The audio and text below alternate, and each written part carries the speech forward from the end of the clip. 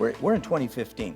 By 2025, we'll be 2 million down in the number of college graduates or people with a specialized skill. The biggest reason for that is we're not graduating people of color, primarily Latinos and African Americans.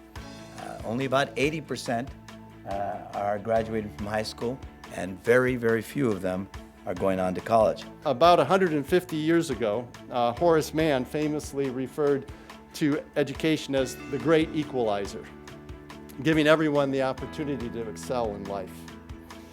But despite decades of investment and many reforms, the goal of equal opportunity has not been achieved. So how are we doing on this education business? Can I cut to the chase? How are we doing on that? Okay, well, I decided to go to the Census Bureau and get the raw data on all 50 states, plus DC, and stick it up here on a page for you. And I don't know, I hear these stories about how we're as bad as Mississippi. It's not true. So basically, we're gonna have to depend on our own, so how are we doing? And here's the spending data. The latest data available is 2013. The US is in the middle there. The Golden State's below average. 14% below average is not Mississippi. Mississippi is right there.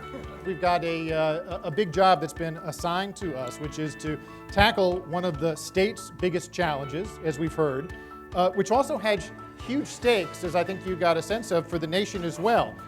We in California are on the leading edge of a demographic evolution in the U.S., and in a lot of ways it's on us as citizens of California to model for the nation how we get this right in the years ahead or how we don't get it right. So the stakes are very high, and as you just heard from Paula's great introductions, we have a fantastic group of leaders to help us chart a path toward real progress. Finally, the point that I think a number of you made, there's a connection here with the prison pipeline.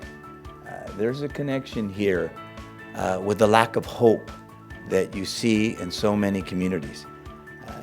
You know, I've often said, when asked, how did I break the glass ceiling again and again?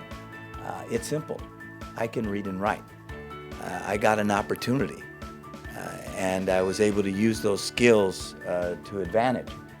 We're gonna have to give more of our kids those skills, that opportunity, and that hope.